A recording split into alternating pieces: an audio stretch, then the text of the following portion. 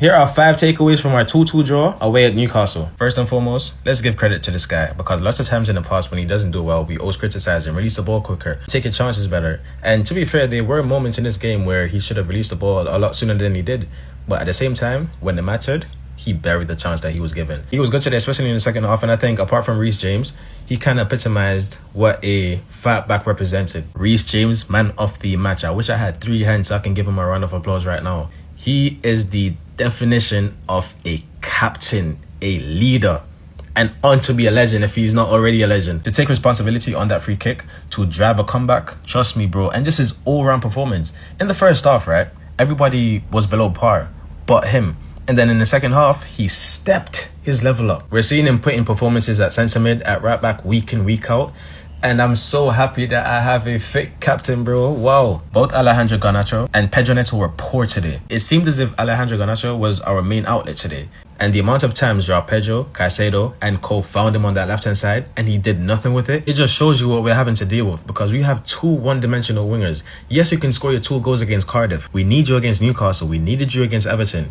These are the big games in the Premier League where we need you to step up. And that's why Pedro Neto as well. He's so one-dimensional. Yes, he's been bailing us out in these past few weeks and obviously he's been one of our best attackers this season. But in games like this where we need more versatility with him going forward, not only just to run by a line, cut back and cross, and his crosses today were poor as well. I think this one is going to be my main takeaway because I saw this quite a few times in this game and in previous games too. Our decision making has to be quicker, bro.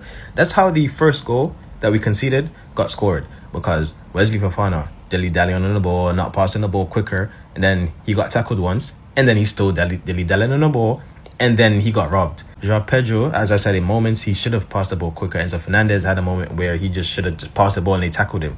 In general, our decision making has to be quicker and it has to be concise and purposeful. You see, if we speed up our decision making, we will open up so many goal scoring opportunities, man. The 5th and final takeaway, I'll split it between 2 people, Bobby Sanchez and Enzo Maresca. Bobby Sanchez because this guy, as I said, you see when the first goal went in, that initial save that he made was insane. And then for him to get an assist in the Premier League as a goalkeeper over a certain number 7 at a club that wears red.